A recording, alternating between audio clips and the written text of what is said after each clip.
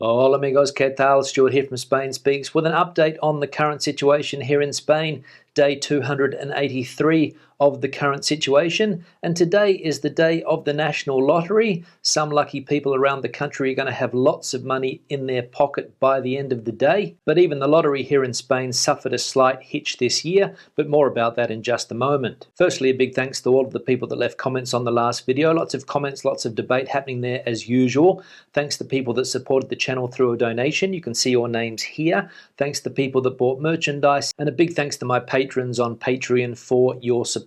Now, as I said, today, the 22nd of December, the day of the big lottery here in Spain, somebody is going to win that big prize, the Gordo as they call it here. It's a huge event in this country and is televised live on the main TV channel, Channel 1. But today, things didn't go according to plan, and as we can see here, El Gordo de Lotería de Navidad 2020, a ball got stuck when falling into the hopper and it delayed the start of the draw. So a bad start there for the Christmas lottery, and I hope it's not a sign of things to come. Now, yesterday, the big news around Spain and around the world was this new strain of COVID-19 that was discovered in the United Kingdom. Various countries around the world decided to suspend flights from that particular part of the world. Spain first said that they weren't going to suspend flights from the United Kingdom. They were going to wait for a coordinated European response. But pressure from various autonomous communities, namely Madrid and Catalonia, forced the central government to take a decision yesterday, and they finally decided to suspend flights from the UK except for Spaniards or residents. The measure will come into force today, Tuesday, and has been agreed with the government of Portugal. Spain and Portugal have decided to suspend incoming flights from the United Kingdom as of Tuesday, except for Spanish citizens or residents of Spain, as reported by the Secretary of State for Communication in a statement. The restriction will also involve the reinforcement of controls with the Gibraltar border crossing, where the first case of infection with the new variant has already been confirmed. At the moment, Spain has not registered a single case of this type, according to the Minister of Health, Salvador Illa, in an interview on RAC1. So there we go, Spain finally deciding yesterday to join other European countries and other countries around the world on banning flights from the UK, except for Spanish citizens returning home for Christmas and residents here in Spain, regardless of their nationality. Now, some good news for people struggling to pay their rent or utility bills in Spain at the moment due to the pandemic, and it is that the government will approve today, Tuesday, to prohibit evictions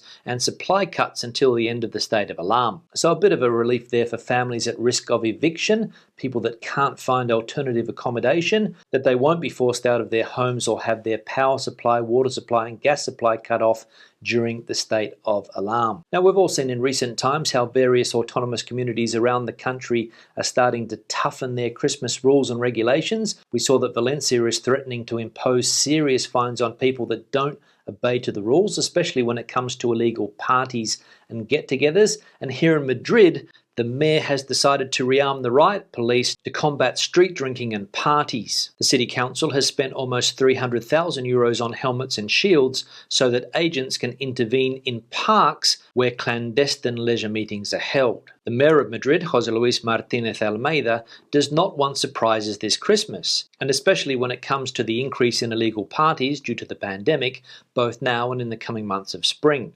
His team considers that the celebrations typical of the time, in which thousands of people can gather, are not the most appropriate in these times of a health crisis. However, he understands from what specialists are telling him that these celebrations can proliferate. So there we go, the city of Madrid going to crack down on street drinking, botellones as they're called in this country, both in parks and other public areas, also illegal parties that are held in homes, and rearming the riot squad to take care of the problem. Now let's have a look at the health situation in Spain by looking at a map of the country and various autonomous communities. Starting here with Spain as a whole, we can see that the risk level is still high. The total amount of cases now cracking the 1.8 million mark. The accumulated incidence, or AI rate, for the last 14 days sits at 224. There have been 565 COVID-related deaths in the last 7 days. There are currently 11,431 COVID patients hospitalised around the country, and there are 1,944 COVID patients in ICUs, which is exactly 20% of all ICUs in the country. The The Madrid community now, we can see that the risk level is extreme. The total amount of cases there, the AI rate for the 14 days now hitting the 300 mark. There have been 39 COVID-related deaths in the last 7 days. There are 1,787 COVID patients in hospitals around the Madrid community, and there are 307 COVID patients in ICUs, which is exactly 26% of ICUs in Madrid. And finally, the Balearic Islands, one of the main hotspots around the country at the moment, we can see that the risk level there is high. Total amount of cases, the AI rate in the last 14 days at 406. There have been 12 COVID-related deaths in the last 7 days, 348 COVID patients currently hospitalised, and there are 59 COVID patients in ICUs, again 20% of ICUs in the Balearic Islands. Now, we've all heard the saying, necessity is the mother of invention. This is particularly true in modern times as people look for new ways to make money in the face of the economic crisis that we're currently going through here in Spain. And one of the boom industries in the country at the moment is illegal marijuana cultivation. We can see here with this headline, the infinite hiding places of marijuana. Researchers from the Civil Guard and National Police highlight the creativity of the drug traffickers to hide the plant, both to cultivate it and to distribute it to Europe. At the beginning of October, a hiker walking through the Los Montes de Malaga Natural Park noticed a strange smell that mixed with the fragrances of rosemary, thyme and pine in the environment. It seemed to come out of a shop, a typical roadside restaurant, closed a few years ago and located near the municipality of Colmenar. He called 091 and the National Police launched Operation Lepanto. A team of agents monitored the movements around the old building, verified an illegal connection to an electricity tower, and perceived the same aroma as on Sunday. A month later, they broke into the farm where they discovered 1,300 marijuana plants and another 1,000 pots prepared for another shipment, along with lamps, extractors and fans. 4 people were arrested. Marijuana cultivation is going through a golden age in Spain. In 2019, 1.3 million plants were seized, 65% more than the previous year, as well as 32 tons of buds, 10% more than in 2018, according to the Ministry of the Interior, which has brought more shredders to get rid of the seized drugs. A historic record that specialists believe will be exceeded in the balance of 2020. The territory where production is concentrated is Andalusia, which accumulates a third of all seizures, more than 11 tons and 663,429 specimens, and is the main exporter of this plant to Europe, especially to the northern countries.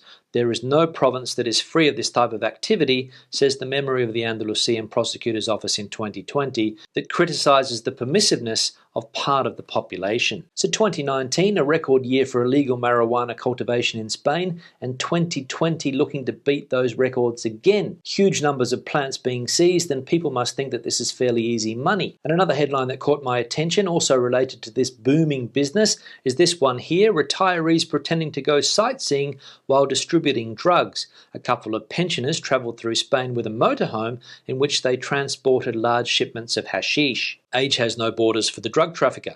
It can even be a nearly perfect camouflage technique for the drug if those who hide it look like harmless grandparents. This is the case of a retired couple from Pontevedra who were arrested in Oviedo when they returned from Gibraltar with a motorhome transporting almost half a ton of hashish. So there we go, age has no borders for drug traffickers. A couple of retirees from Pontevedra deciding that they would get in on the business and cruising around the country with just under a ton of hash. Now let's have a look at some of the comments from previous videos. One here from Mary. Hi Stuart, Mary in Montreal, watching every day with my Argentine husband Guillermo. People are still super friendly in Argentina like they were in 1996, and the pizzas are amazing. But they are also incredible in Rosario, an Argentine Italian city, and in Mendoza, which is the wine capital for Malbec, which washes down well with their pizzas too. Guillermo asks if you had the chance to partake of the asado de costilla, to die for, just asking. Yeah, Mary, thanks for the comment. I imagine that pizzas are great all over Argentina because of that big Italian influence. You mentioned there's some other cities like Rosario, for example, Mendoza, which produces a fantastic wine.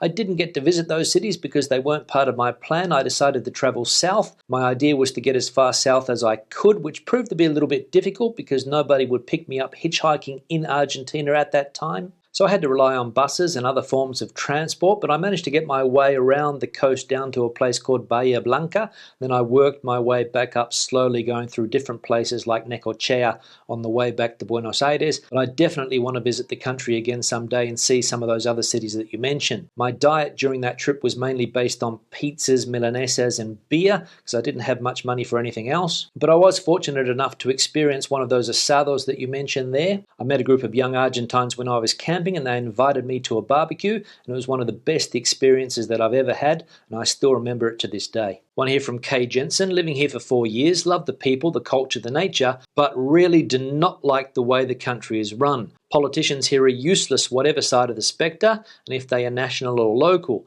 vaccine will be messed up by the authorities as well, I'm sure. I, however, guess the same can be said about many, many countries in the world. Yeah, thanks for the comment. You're right. It can be said about many countries around the world. Politicians generally seem to be useless in a lot of places nowadays. If the problem was unique to Spain, I'd be worried, but unfortunately it's not. And it doesn't seem to matter if you're on the left, the right, or the centre. But the first three things that you mentioned there, the people, culture, and nature, are definitely some positives about the country, and they're one of the main reasons why I have stayed here for so long. One here from Titilayo, I'm a big fan, watching from Argentina. I'm from Nigeria, and you can imagine the shock of culture, lols. People here are friendly, they are ready to know everything about you in 1 second. Also, my best food here is milanesa de pollo. I practically made them from scratch. Titilayo, thanks for the comment, and good to see that I have some Nigerian fans down there in Argentina. That is the power of the internet, that I can reach people like yourself, and it blows my mind to think that it's possible. I mentioned yesterday that I found people in Argentina very, very friendly, and that seems to be your experience as well. And good to see that your favorite food is milanesa de pollo. I think in English we would say chicken schnitzel. I'm a big fan of anything fried and crumb myself, and in Argentina they do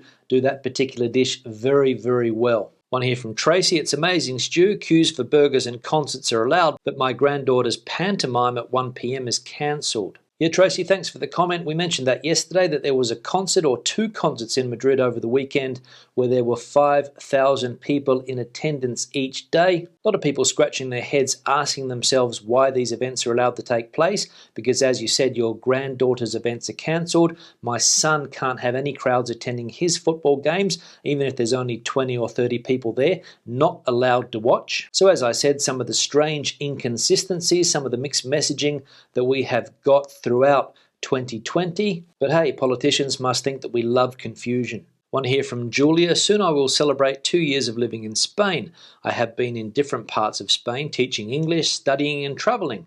I have found the Spanish to be friendly, accommodating, and wherever I go, people ask where I'm from. My administration process to obtain my residencia card and registration as autónomo, registration happened September 2020, was a breeze. So happy to call Spain my new home. Yeah, Julia, thanks for the comment, and glad to see that you are enjoying your life here in Spain. I said yesterday that I found people in Argentina friendlier than people here in Spain. That's just my experience. I agree wholeheartedly that people here can be friendly and accommodating, but in Argentina it was next level. One here from Ray, Argentina doesn't attract me that much, but for some reason Uruguay is a country I would like to visit.